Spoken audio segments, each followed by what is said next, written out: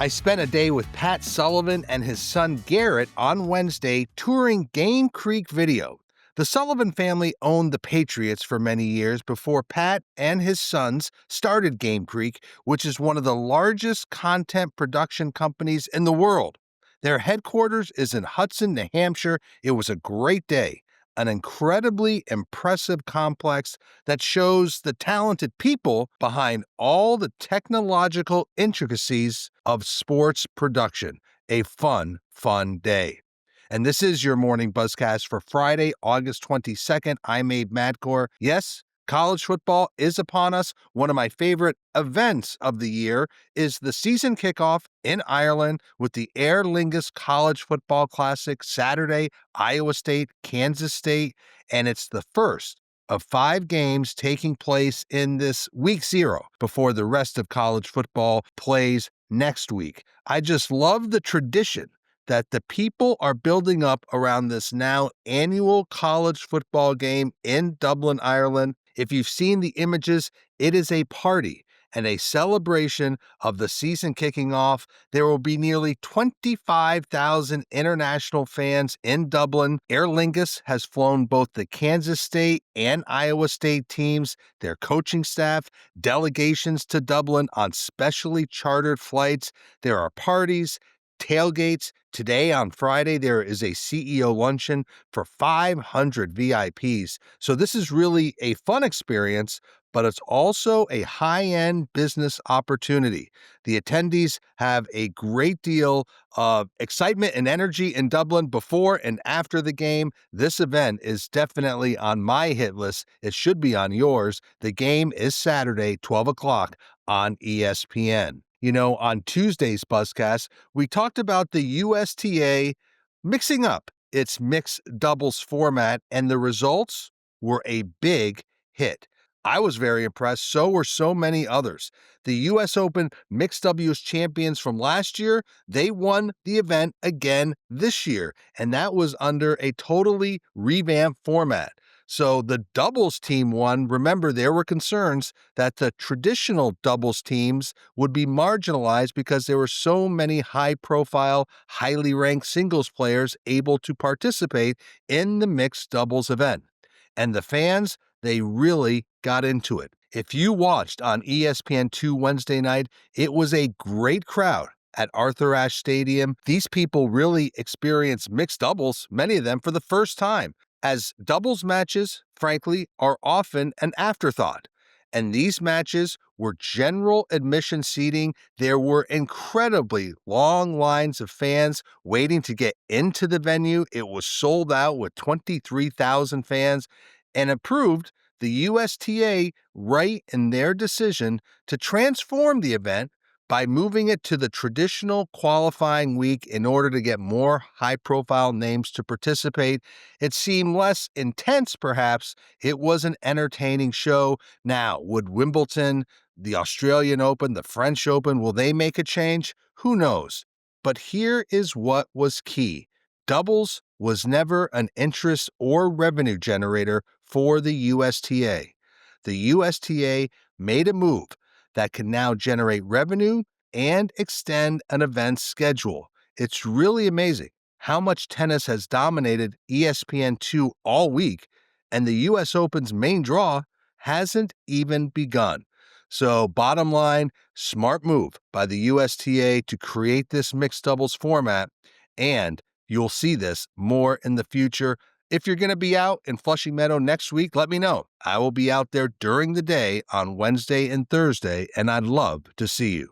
Speaking of tennis, retired tennis star Martina Navratilova, she's purchased a minority interest in women's pro soccer team right here in Charlotte, the Carolina Ascent FC. She is buying up to 5% in the Ascent. This is a team that plays in Division I of the USL's Super League women's soccer. Navratilova will make visits to Charlotte to attend games and check in on the team. She is a taskmaster, so she will be a valuable addition to this franchise. She will be in Charlotte today for meetings at the Ascent's business office and local media. Also, Apparently may stop by Sports Business Journal, so it would be great to see her. Now, I'm sure you all should know this, but Martina Navratilova, she ranks among the greatest athletes in any sport, any era, 18 Grand Slam singles champions, 9 Wimbledon titles. She dominated tennis with Chris Evert throughout the 1980s, one of my favorites. Great to see her getting into investing in sports.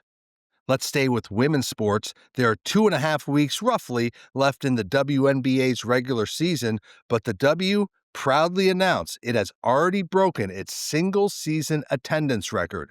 The league's 13 teams have drawn a total of 2.5 million fans over 226 games this season. Now, this surpasses the previous mark that was set in, you're not going to believe this, but yes, 2002. But remember, that's when the league had 16 teams. Now they have 13 teams. There's obviously more interest around the league, even with Caitlin Clark and Angel Reese missing so many games this season.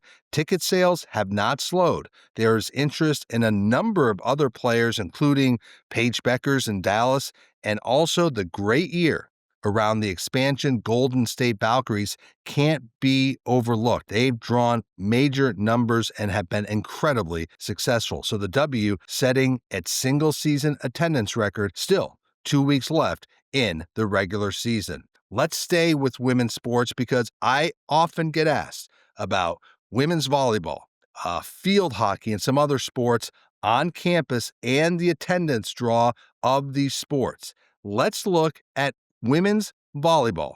This is attendance for the fall 2024 season, and this was in the SBJ Women's Sports Newsletter this week. Nebraska averaged 8,700 fans per game, Wisconsin, 7,600 fans per game, and Louisville at 6,300 fans per game. So again, you see the interest around women's volleyball, and that sport only going to continue to grow.